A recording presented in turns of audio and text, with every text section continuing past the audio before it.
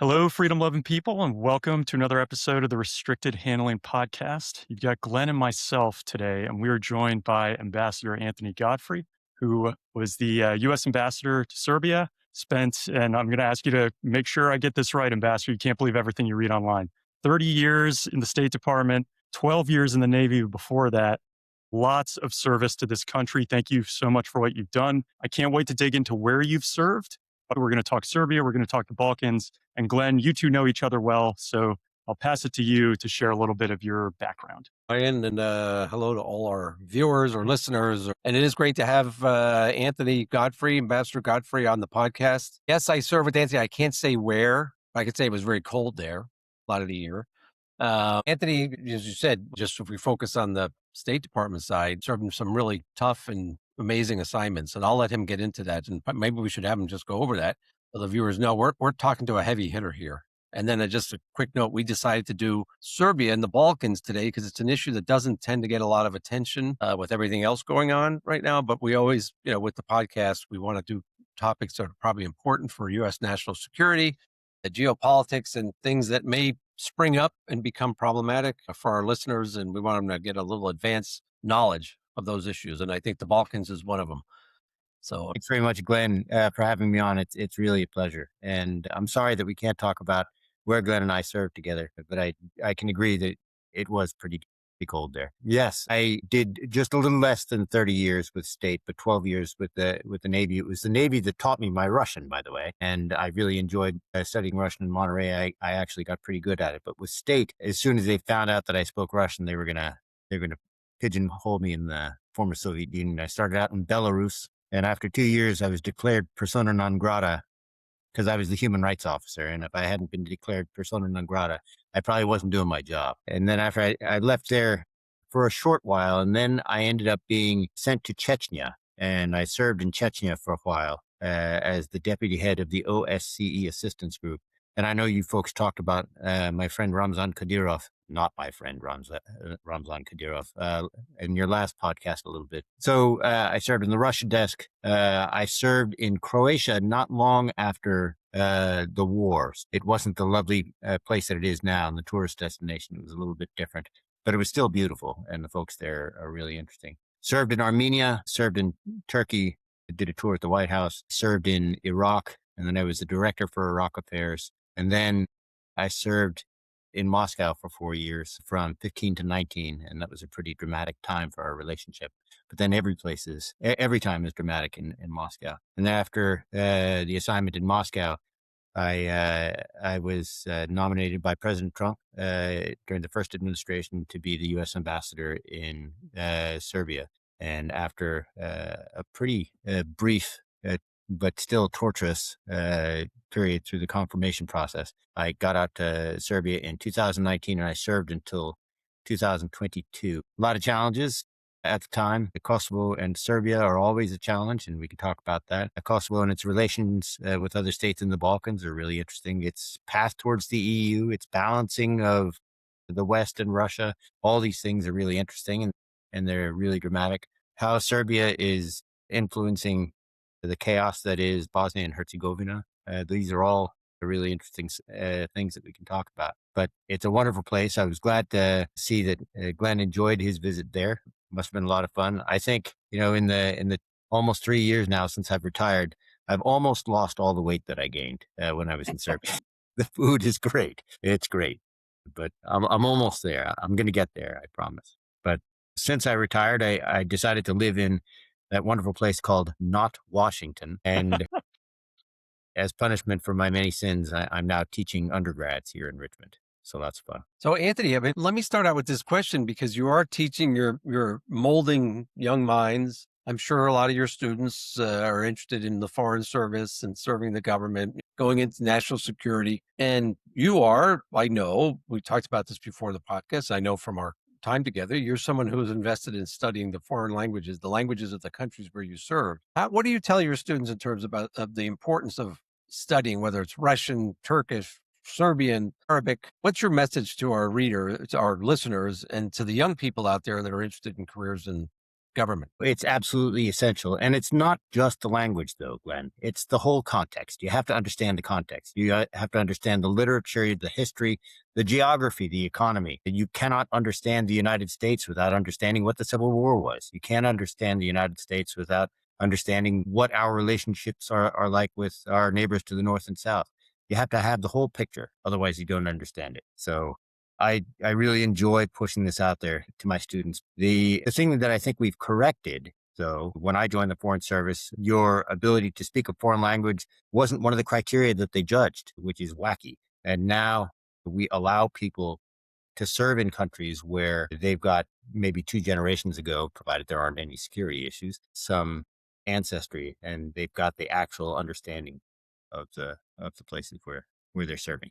Lots of fun. I'm going to take a quick detour before we jump into the Balkans. Ambassador, you mentioned you were PNG'd out of Belarus. Just for people who have never been PNG'd, or you've heard this term, or you've seen it in movies, what was it like? You get reprimanded? So I thought it was like that. I thought it was like that. And it's an interesting story, and it's not as direct as it normally is. When you're declared persona non grata, then the host government, the receiving government, according to the Vienna Convention on Diplomatic Relations of 1961, sorry, I'm a teacher now, you're in that country at the invitation of and with the permission of the host government. And if they withdraw that permission, then not only are they asking you to leave, but they are withdrawing your diplomatic status, your immunity. So that's gone. You have to leave. And I was a pretty junior diplomat. I'd already served in the Navy a good bunch of times, but this diplomat stuff was all new to me. And that is Alexander Lukashenko, who's still the president, decided that if there were protests against the great Alexander Lukashenko, then somebody else must have been organizing it. And it must be that guy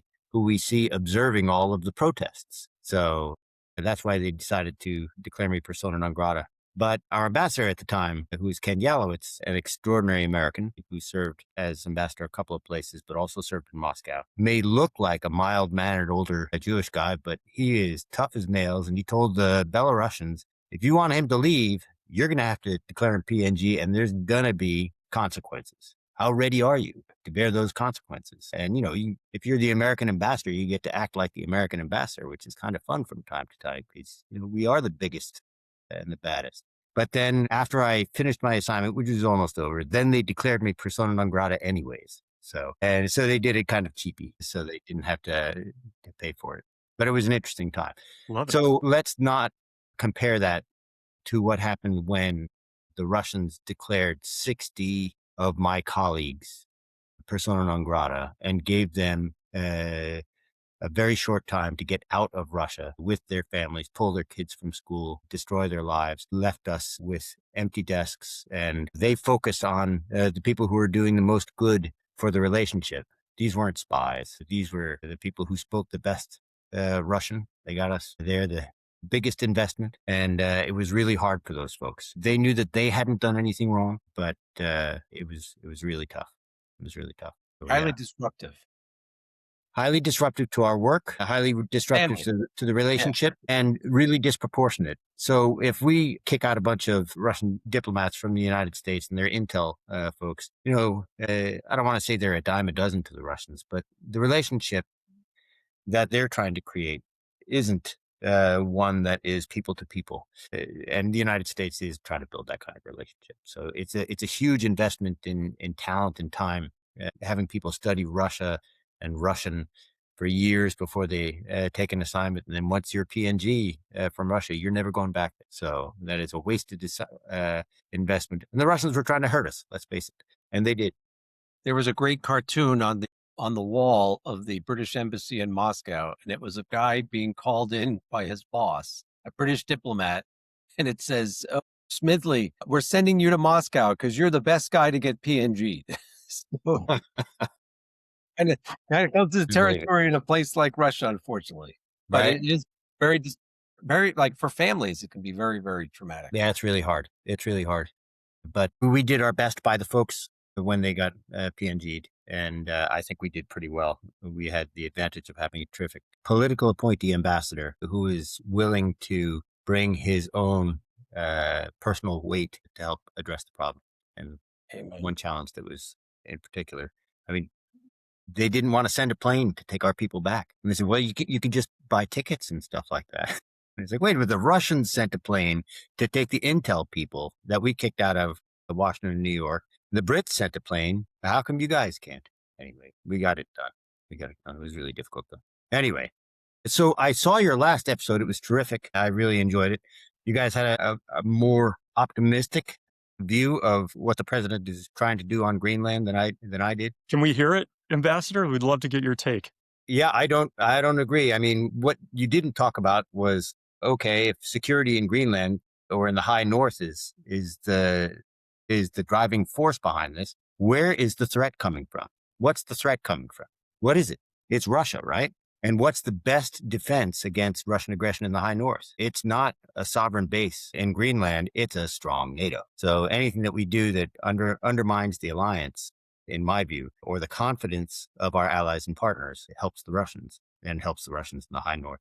And then another thing, you guys didn't talk about this, but the idea of a sovereign base outside of the United States, think of how our European allies and partners might worry about how we'd use that. The one sovereign base that we've got outside of the United States is Guantanamo Bay. And what do we use that for? And would a European ally be interested in ceding territory to us, which we could potentially use as an extrajudicial place? So I don't know. I think that the best that we can hope for is what Glenn was suggesting, that maybe it'll get the Europeans to pony up some more defense forces and recognize that this is a serious threat. But I hope that we can do it going forward in a way that doesn't undermine our allies and partners on whom we would rely if there was an actual threat in the high north.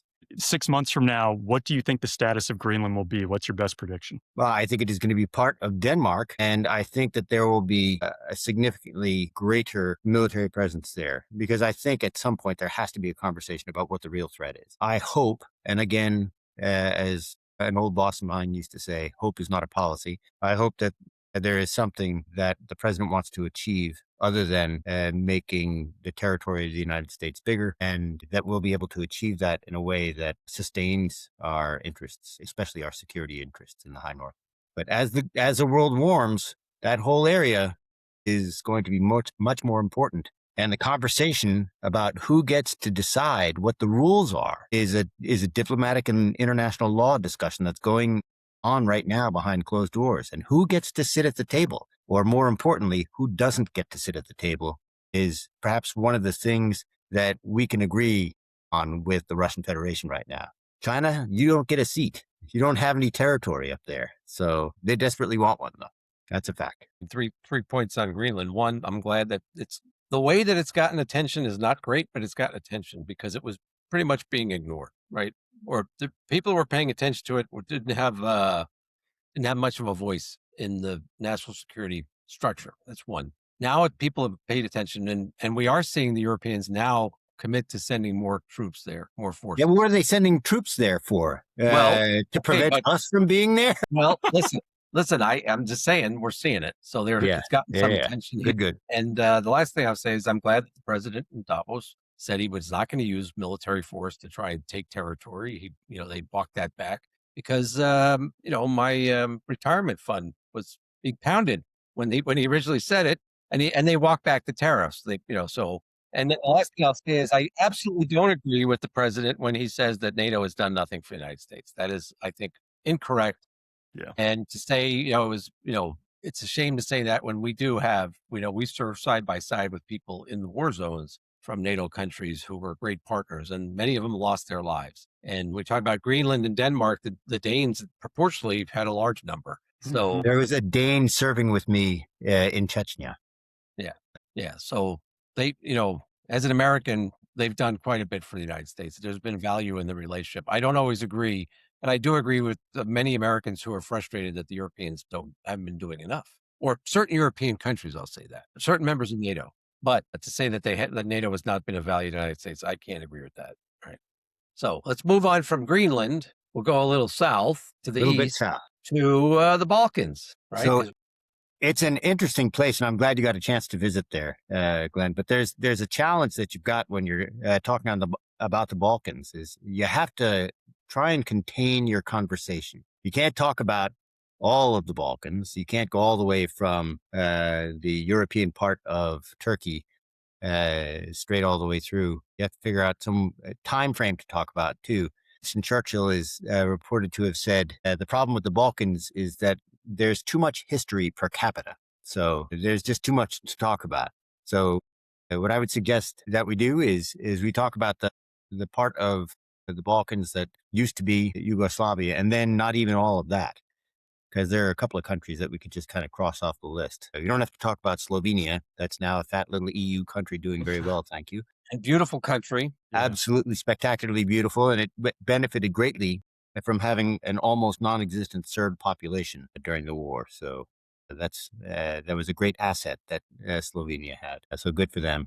We don't have to talk so much about Croatia, except insofar as it is, I think, malign influence in Bosnia, stoking the fires of ethno-nationalism, which is a real problem, and that is one of the most effective populist tools that political leaders, especially demagogues, use in that part of the world. So those two countries aside, that leaves Serbia, Montenegro, North Macedonia, and a couple of other friends down in the south, including Kosovo. But one challenge or one caution I'd like to put out there as people are trying to understand this subject is when somebody says the Balkans, they assume that the countries that we're talking about are all pretty much the same. They're all pretty much the same. Well, they're not. Yeah, can you Serbia is a walk lot. us, Anthony? For a lot of listeners, I think they probably don't know that, or they make Right. that assumption. Can you walk us through that? Like that's a really Sure, good I'd be happy to.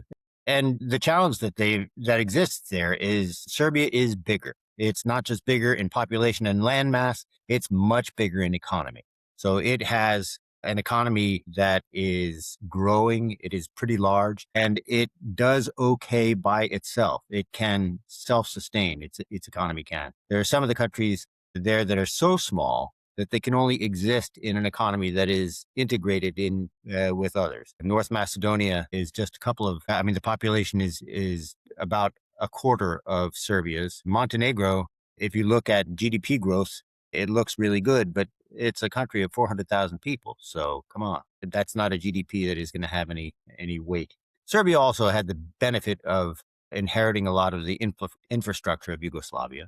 So that was an advantage that it had. And it's a slightly larger country than Croatia, certainly in terms of population. Croatia has the coastline and will always be able to benefit from that wonderful tourist industry. But Serbia's got a lot going for it. The Dayton Agreement in 1995 stopped a horrible war because there was strong consensus among the Europeans that we just can't have this anymore. And we sat the leaders of Serbia, Croatia, and Bosnia and Herzegovina down at a table at Wright-Patterson Air Force Base. Didn't let them out of the room until we went full Luca Brasi on them. Either your signature or your brains is going to be on this contract. And we created the Dayton Agreement, which, I swear to God, is the Constitution of the Republic of Bosnia and Herzegovina.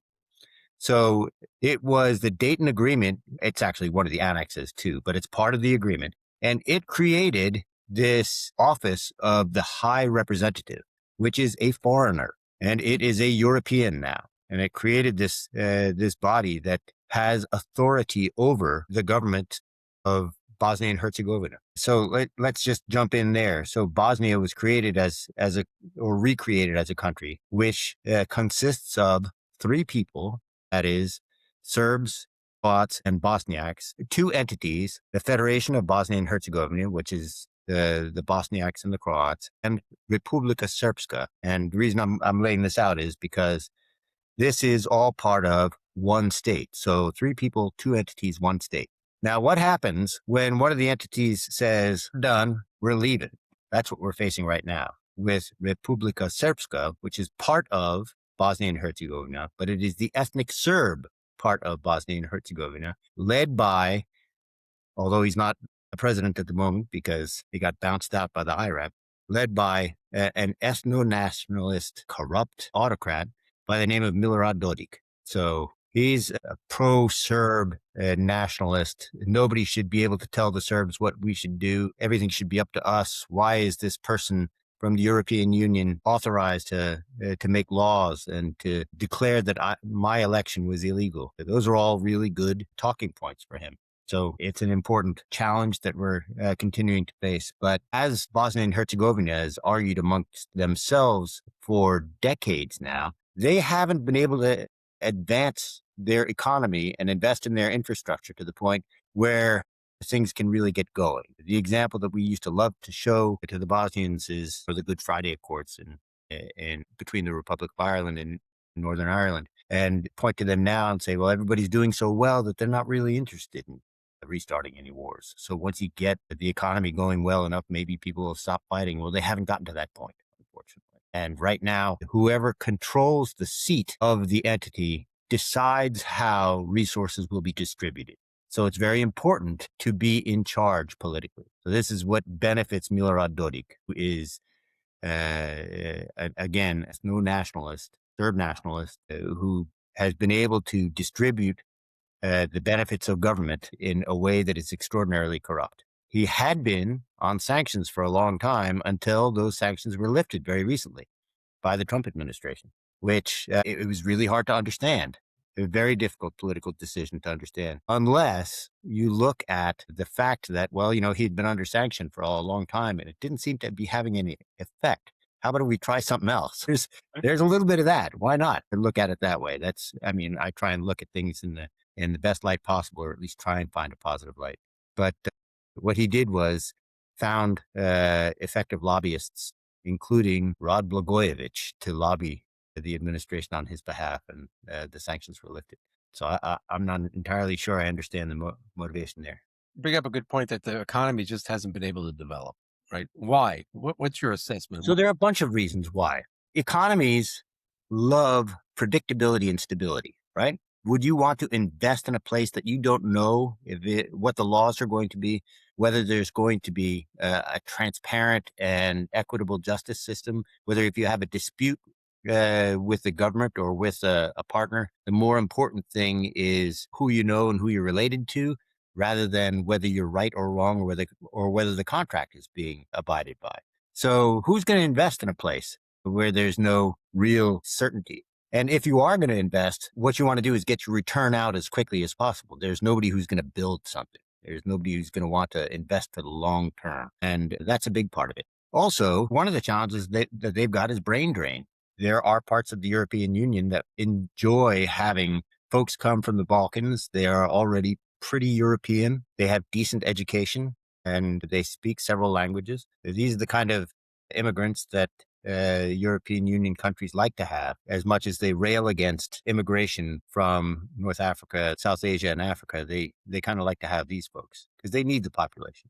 So there's a big brain drain. There's not much in the way of foreign direct investment, and there's too much infighting. And it's a little country, but there's some growth that's going on.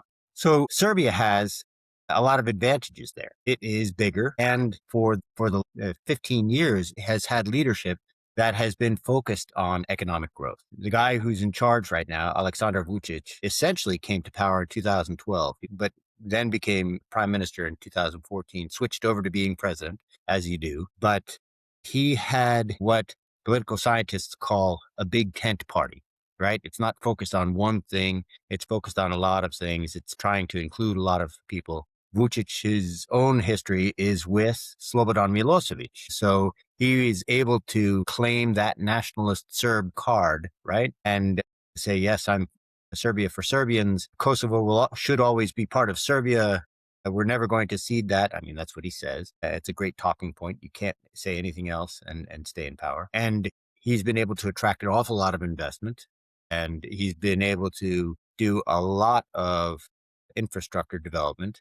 And Serbia's economy is going pretty well. The challenge there is that some of the investment has built stuff that isn't necessarily that useful. And while people seem to be, I think, by this time, okay with the Belgrade waterfront that was built, the mini Dubai is what I call it. It doesn't look very Serbian, but at least it's there. A lot of the contracts have gone to Chinese companies and have been financed by China. And when you do a deal with the Chinese, it doesn't always have to be transparent. So the suspicion is that there's a lot of corruption going on. People are taking some off the top, and that some of the quality might not be as good as it should be. And people are sacrificing quality for the bakshish, for what they're getting to take out of it. And this came to a head just a couple of years ago in November of 2024, when there was a new bus depot or a bus structure that collapsed in the northern city of Novi Sad and killed, I think it was just a couple of dozen people, but it sparked a huge wave of protests against the government, calling out corruption, calling for investigations and things like that. These protests really gathered steam and have coalesced opposition to Vucic in a way that he hasn't had to face before. And so he has become not as strong as he used to be. And when he is challenged, he has to make sure that the one component of his voter base that he doesn't alienate is happy. And he cannot do without his extreme right Serb nationalist base. So the more he relies on that base, the more his policies seem to turn to the right, that he becomes more extreme in terms of supporting ethno-nationalist goals. And some of his statements about the Serb component in Bosnia and Herzegovina become less helpful because he supports Dodik and his drives for independence and kicking out the Europeans. It used to be, though, that President Vucic would do stuff to keep his Serb nationalist base on side, but at the same time, he would express frustration with this guy Dodik, because the last thing he wants to do is create some greater Serbia and have to take in this chunk of Bosnia and Herzegovina, which is a basket case of corruption that isn't economically viable. And suddenly he'll have to step back from the big plan, which is to make Serbia a wealthier country. I'm trying to envision you landing in Serbia as the ambassador.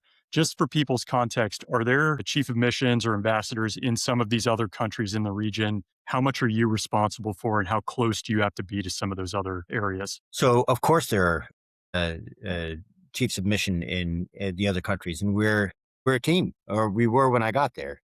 I'm not sure they are now. It's the ability of chiefs of mission to work together rather than back through Washington only, I think, has been limited in the new administration. But the person who was the U.S. ambassador in Sarajevo was a close friend. Same thing with the gent who was down in Pristina in Kosovo. We would work very closely on these issues, and we would have coordinated talking points. We'd say, this is the position of the United States of America. Not just that, but in Belgrade, one of the most powerful tools was the coherence of the Quint ambassadors. It would be the US, the UK, the German, the French, and the Italian ambassadors, plus the EU ambassador.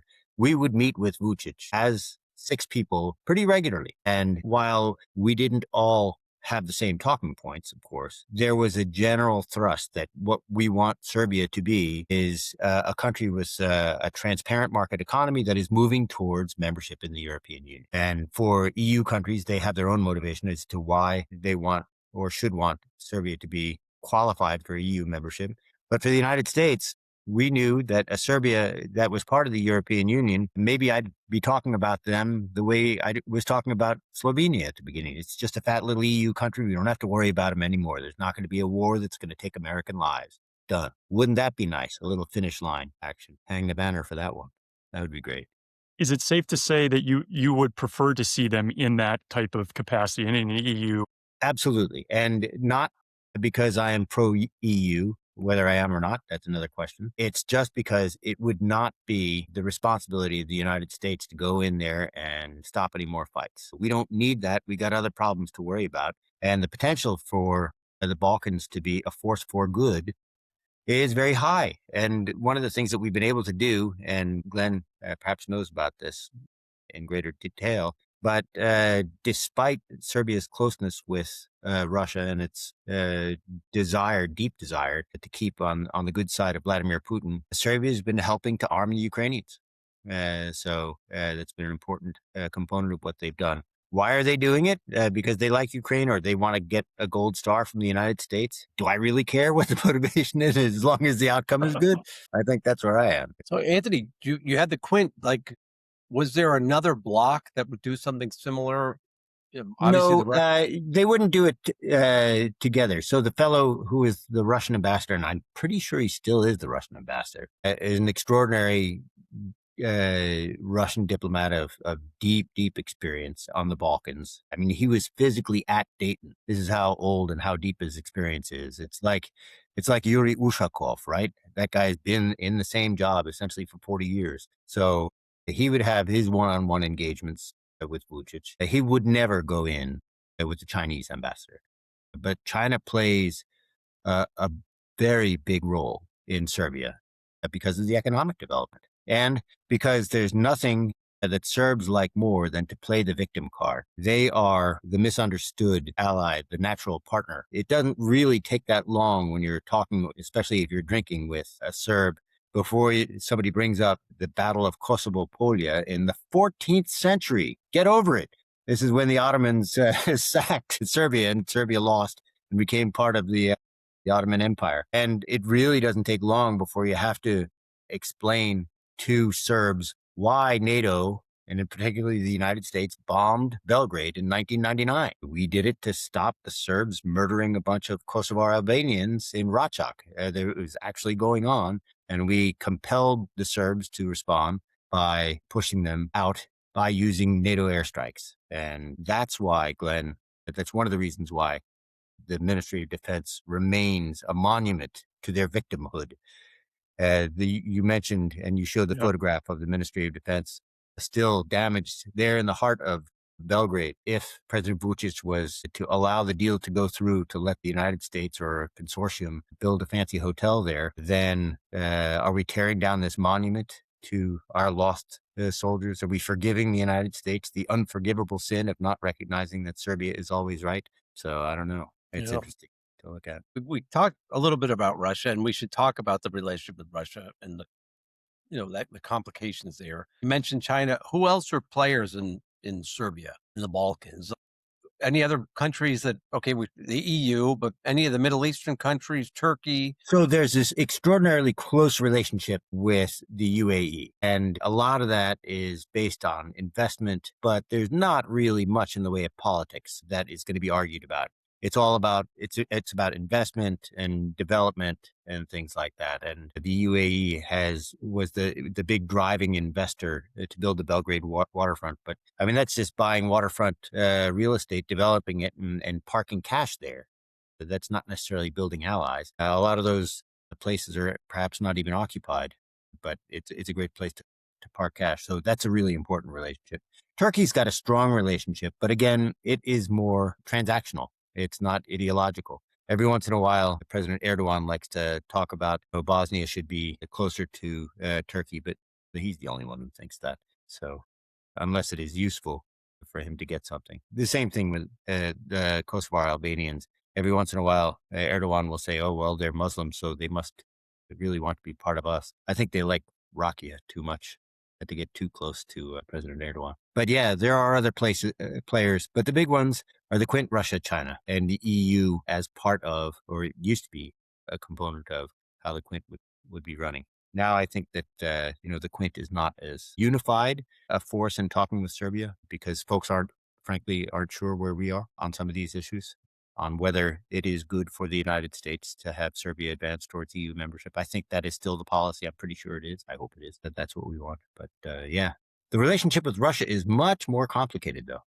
And it's really interesting. Everybody knows that World War I started because Russia decided that it was the protector of the Serbs. And that's what was going on. They're Slavic brothers. They're Orthodox brothers. And that was an important thing for Russia. It's very important in Vladimir Putin's mind to see Serbia as a place that is friendly to Russia. And a friend wrote a great article on why it is that the Russians are able to see past Alexander Vucic helping Ukraine.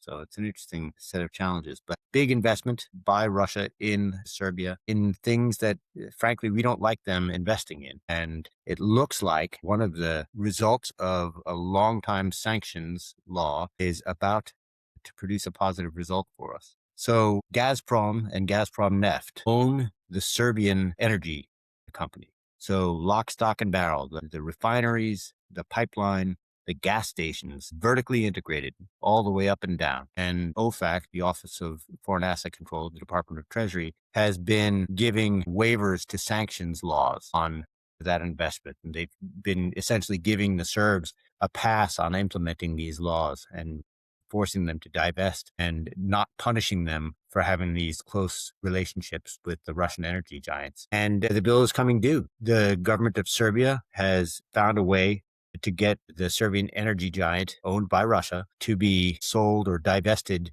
to the Hungarian company MOL. So that's happening right now. And today it just extended the deadline before sanctions are going to be implemented for a few more weeks to get that over the finish line. That does a couple of things. First, it reduces Russia's direct influence in Serbia a little bit. Unfortunately, it may mean that with MOL buying their share, Moscow may get a little bit of cash for that investment, which is not a good thing in terms of the U.S. goals in the region. There's a lot of stuff that we don't know. One of the things that has continued is that both Hungary and Serbia have gotten sweetheart deals on energy export prices from Russia. And when you get to pay below market rates for energy and on-sell it to other potential customers at market rates, you could do okay. So there's a lot to unpack and to understand. Ambassador, on the divestiture that you just described, obviously it's to avoid sanctions. Is this also necessary for kind of EU ascension or? In a world where Russia isn't an invading aggressor, investment by Gazprom Neft and other countries could be a normal thing, but it's not now. So any divestment would help Serbia's case towards EU accession. I think the real reason is that if Nice Petrol is not allowed to use the international financial system, which, by the way, the United States still controls, then it's not going to be able to function. And it is one of the things that the United States can still compel. And it's one of the things that really pisses off the Chinese, that we still control this very important component of the global financial system. And as long as we're reliable partners, people aren't going to join the Chinese in their search for alternatives. But if we look like we're not reliable partners, then maybe they'll say, okay, maybe it's time for the United States not to hold the keys all the time. So who knows? So the Russia relationship is still really important. It's very important for Vučić and Dodik to look like they have good relations with Putin. And Vučić will go and he'll be there for the big May Day parade, and he'll stand next to Putin. So will Dodik if they'll let him go. So all of these ways of signaling that you still love Moscow and that you're grateful for the Red Army's assistance in kicking out the Nazis, those are really important things that they can do to show their love for their Slavic brothers. But at the same time, they're doing very well as EU candidate countries, because once you're a candidate country, you get to trade almost as if you were a member country. So these small and medium manufacturing companies that get to work in Serbia and export at insider prices with no tariffs to the EU, it's great for employment in Serbia, and they're doing great. And now they've got actual highways and bridges and trains and all that stuff that they could do. So interesting stuff. I want to shift briefly to Kosovo and the relationship there and how that's presenting challenges for Serbia. So again, it's one of these really emotional things, and it's a hot button issue. And it doesn't matter what your political stripe is. You can't say that if you're a Serbian politician, you can't say that Kosovo shouldn't be part of Serbia, because it's the heart of Serbia. It is where the Serbian Orthodox Church was founded. All of these cathedrals and churches from the 14th century are still there. There is a small ethnic Serbian component of the population of Kosovo who've been dining out on the fact that they're getting protection from Serbia. They don't have to be part of the economy. They don't have to pay taxes. Hell, they're not even paying for electricity, because they say, no, the generating station was built by Serbia, so it should be Serbian electricity. It's crazy. But the challenge that Vučić has is, if you are ethnic Serb, then you get to vote in Serbia's election. So if you live in Kosovo and you're an ethnic Serb and you vote in Serbia's election, you're always going to vote for President Vučić, because he's the one who continues to write your checks. The same thing with the ethnic Serbs in Bosnia and Herzegovina. They get to vote, and they are bussed in to vote in Serbia's elections. And those are automatically Vučić votes, as long as he continues to play the nationalist card. So the more he's challenged by these more pro-EU protests, the more he's going to have to rely on the nationalist card. So it's an interesting set of challenges, and we're going to have to see where it goes. But the Kosovars, I mean, Kosovo, unfortunately, is not a sustainable economy in my view. They've got the brain drain even worse. It's a much smaller country. It's an ethnic Albanian majority place. So Albanian is not a useful language in most parts of Europe. There is a Serbian component or Serbian minority that they have to address all the time. And it is a potential security challenge at all times. In September 2023, an almost terrorist attack in the Serbian city of Banjska, or town of Banjska, which probably had the support of the security forces or the intelligence service of the Republic of Serbia. Not going to get it all the way to get all that information, but it smells a little bit Bay of Pigsy, if you know what I mean. And it failed miserably also. It was much smaller in scale, but it was definitely, it definitely happened. So that was just in September 2023. The person who fessed up to it and took responsibility was an ethnic Serb from the Serbian political party in Kosovo. And my own personal opinion is that, yeah, he might have been involved, but he fessed up because he was already on a sanctions list for both the United States and the EU. So he wasn't going to get on triple secret probation. So, and while he can't travel outside of Serbia, he's got the run of the city. So he's all right. So, Ambassador, I got two questions for you, and they could have the same answer. I'm not sure, but if you were still advising the administration with regards to Serbia, kind of what would you be pushing for right now? And similar question in case they have the same response. What if you were advising American or European businesses interested in going into Serbia? So I'll start with the second one. And it's my view that the more American businesses are in Serbia, the better it is for Serbia and America, because we play by the rules. It's a pretty big deal to have a partner that is seen to play by the rules. One of the biggest successes I had as ambassador in Serbia was to persuade the government of Serbia to award a contract for a huge infrastructure project, a highway and a massive flood control project, to Bechtel rather than a Chinese company. And I made the argument that, look, people know that if it's going to the Americans, there's not going to be a big envelope full of cash going to someplace, and that shareholders are going to hold the company responsible, and it's going to be a product that is delivered to the specifications that the contract say. So this is an advantage that you have when dealing with American companies. So I would encourage American companies to invest for that foreign policy reason. I would also invest because the potential for growth there is remarkable. And it's a stable country with a good debt to GDP ratio, which means that if they want to do another big infrastructure project, they could probably float a bond on the London market, and people would buy it and they would be able to pay for it. So this is not a basket case country.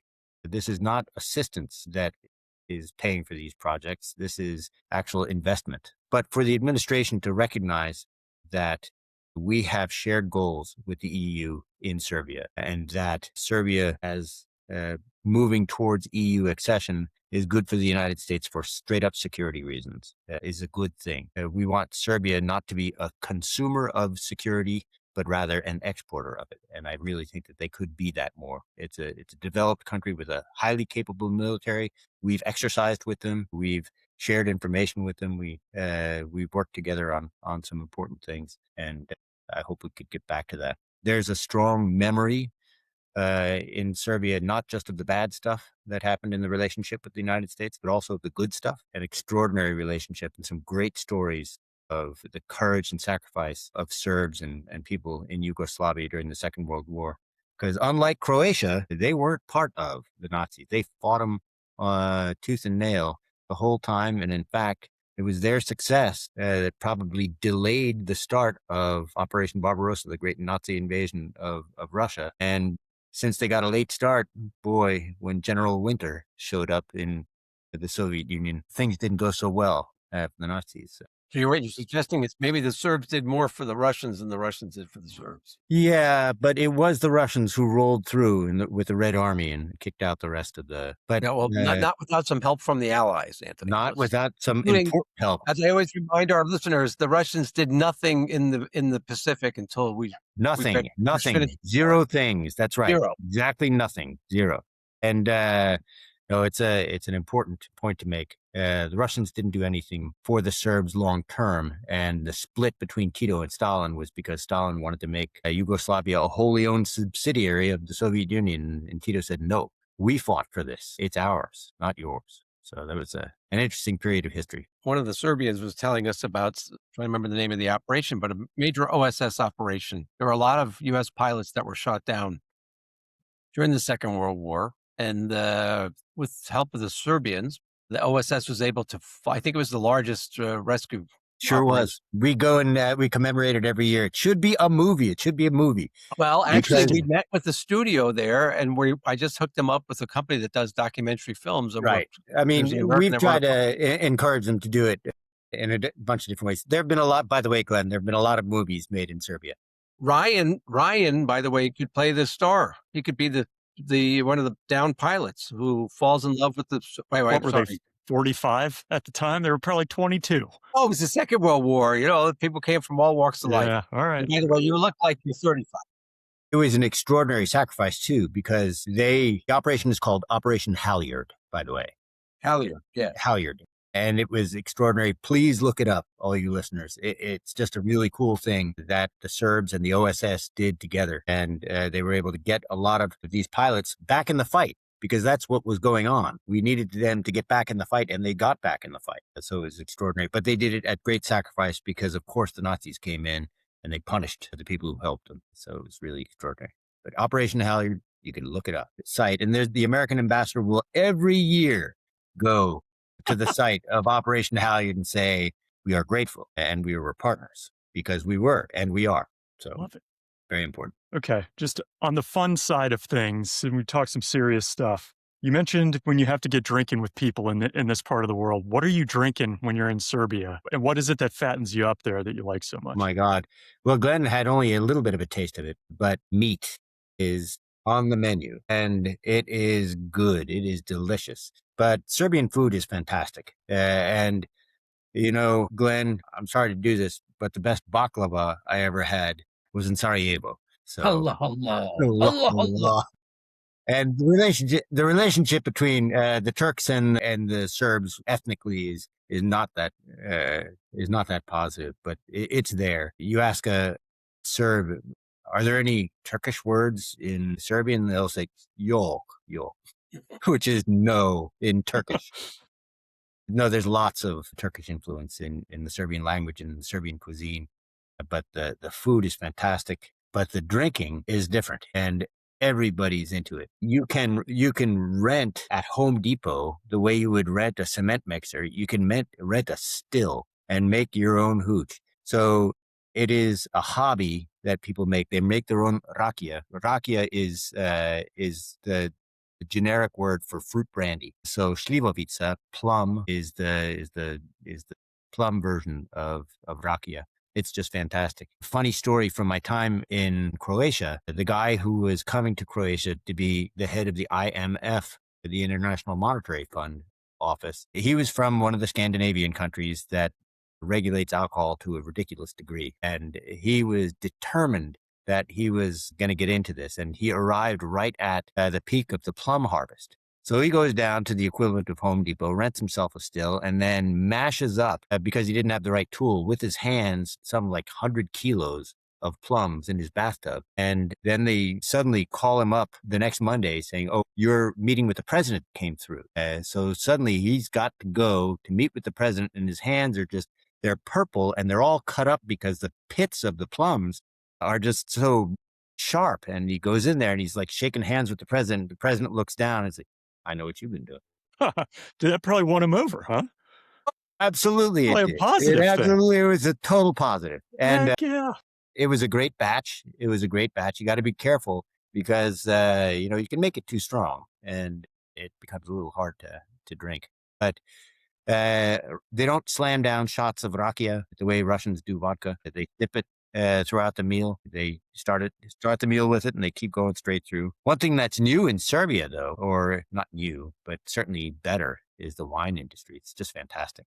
Mm. And the Serbian wines are extraordinary. Everybody's heard about Croatian wines. They've had a lot of time to get their act together, and that's a great industry. But in my view, very, very overpriced. But wines from North Macedonia and Serbia are still pretty affordable, and now they are very good. So keep an eye out. Glenn, maybe that's where we need to start the RH Vineyard one day. I'm ready. That ready. I like it. No, I'm glad that I thought Anthony was trying to dodge the drinking question, but I'm glad he addressed that. The only question I have to Anthony, what is the the population of Serbian Americans? As an ambassador, I'm sure you had to have. It's a great question. And, I served in Armenia as well. And the population of Armenian Americans is much bigger than the population of Serbian Americans. Armenian Americans, Greek Americans, to a large extent Jews, have retained that ethnic identity across generations in the United States. So their diasporas remain really, really strong as identifying as Armenians, generations down. Serbs tended to integrate more into American society. So the power of a Serbian American diaspora is less influential in Serbia than would be useful for the United States. But there have been some very, very powerful Serbian Americans who've had a strong influence on the United States. Mihailo Pupin, if you're a New Yorker, and I'm pointing at you, Glenn, if you go up to Columbia, you'll be able to see the building named after him. He's an extraordinary scientist and a very powerful advocate for Serbia during the First World War, and helped build relations with the United States. Serbian flag flew over the White House during that period. There's only one other national flag that's flown over the White House, and that was France during a different time. But yeah, so they'll never let you forget that one either. So that story comes right after the defeat of Kosovo Polja. But the Serbian Orthodox Church in the United States is strong, but it's not as influential as perhaps other ethnicities would have in terms of the diaspora. Yeah. And of course, when you fly into Belgrade, you land at Nikola Tesla Airport, right? So Tesla, I almost got in trouble. All you car drivers out there. I almost got in big trouble because of that. So this Air Serbia has a beautiful plane with the image of Nikola Tesla on its tail. And yeah, it's a Boeing. And Nikola Tesla was born in what is now Croatia, but he was obviously a Serb, and his father was a Serbian priest, in fact. But when there was a ceremony to inaugurate the kickoff or the resumption of direct flights to the United States with this fancy airplane, and I said one of the easiest ways to get in trouble is to say that Nikola Tesla wasn't a Serb, and then suddenly everybody's like, because they thought I was going to acknowledge that he was a Croatian. I said, he's not a Serb, he's an American, because that's where he succeeded, and an extraordinary inventor, and the United States owes him a debt of gratitude. And you can still see his name on the generators in Niagara because they're still working. It's extraordinary. All right. And then 40 years of service, Ambassador, what's the most surreal moment or person you encountered or you remember from that time? Well, there's a couple of stories that I would jump in there with, but one of them has to be the Armenian politician, the Gagi Tsarukyan, who doesn't go by the nickname, but he's called behind his back, Dodi Gago. He was at one time, the arm wrestling champion of the world. He's this massive dude. And he was quite a corrupt politician, but that's after the first Nagorno-Karabakh war. He got very wealthy. I ended up going and meeting with the guy because he was a powerful politician. He kept not just Arabian stallions. He could never get it on one. He probably weighed 350 pounds. So he's this massive guy. But he also had a breeding pair of lions on his territory. And he introduced them to my sons. And the mother was not pleased. She was behind a very thin fence. And I said, you know what? I think we've had enough of this. That's about enough. But I was also detained by the Russian border guards in Ingushetia, near Chechnya, because I was still on this fecal roster for being PNG'd from Belarus. I came back from Turkey. I was going back to Grozny, to Chechnya, and I landed in Ingushetia on the holiday of the border guards, and it was in the afternoon. So there wasn't anybody sober. in the border post. And they saw my name on that list and they threw me in a cell. Wow. It was at a time, and it's hard for our listeners now to understand this, to communicate between someplace like Ingushetia and Moscow and get a green light or a red light. And so I was there for hours. And finally, somebody had noticed and called back to the headquarters. And it ended up being Strobe Talbot, Deputy Secretary of State, calling the foreign minister of Russia before I got sprung. But there was one guy who was convinced I was about to be taken out and shot. So it was his job to get me a drink. So there would be one dude who was so wasted he couldn't speak. He would like open the door and he would be sneaking into my cell with a bottle and a glass. And suddenly the one sober guy said, "Oh my God, there he goes again." And then they would get him. Go away. But yeah, that was one of the more bizarre events. That was pretty crazy. Great Pretty story. crazy. But all the interesting stories come from expeditionary diplomacy, in my view. So when we're out there in places that haven't yet decided what kind of countries they're going to be, and they're interested in the advice of the United States, and they want to hear what we have to say. So those are the places that make it more interesting. I hope we can have you back on, Ambassador. Really appreciate it. We can talk Russia, and you can call us on some of our BS. I like it. Glenn, why don't you round us out? Well, I'll just say thank you, Anthony. Thank you, Ryan. We're waiting for a big snowstorm here in the Virginia side on the East Coast. Well, you guys are basking in the warm weather and vineyards. I do agree with Anthony, the great wine in Serbia. And we're going to get back to that film, the documentary film. We're going to make that happen. Operation Halyard. You could look it up. Great story. It is a fantastic story. Touches to our roots. So really anyway, does. Thank you. Have a great weekend. Take care, everyone. Thanks. It's been lovely. So long now.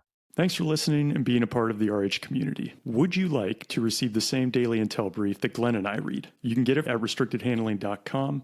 We've curated what we consider to be the most relevant and reputable sources on all things international security, geopolitics, military and intel ops, and economics and sanctions, focused exclusively on Russia, China, Iran, North Korea, and the Middle East, to include accompanying podcasts for Russia, China, economics, and spy stories. Just head to restrictedhandling.com, enter your email, and you'll get the daily briefs that Glenn and I both read, and you can leave comments and questions that we can respond to.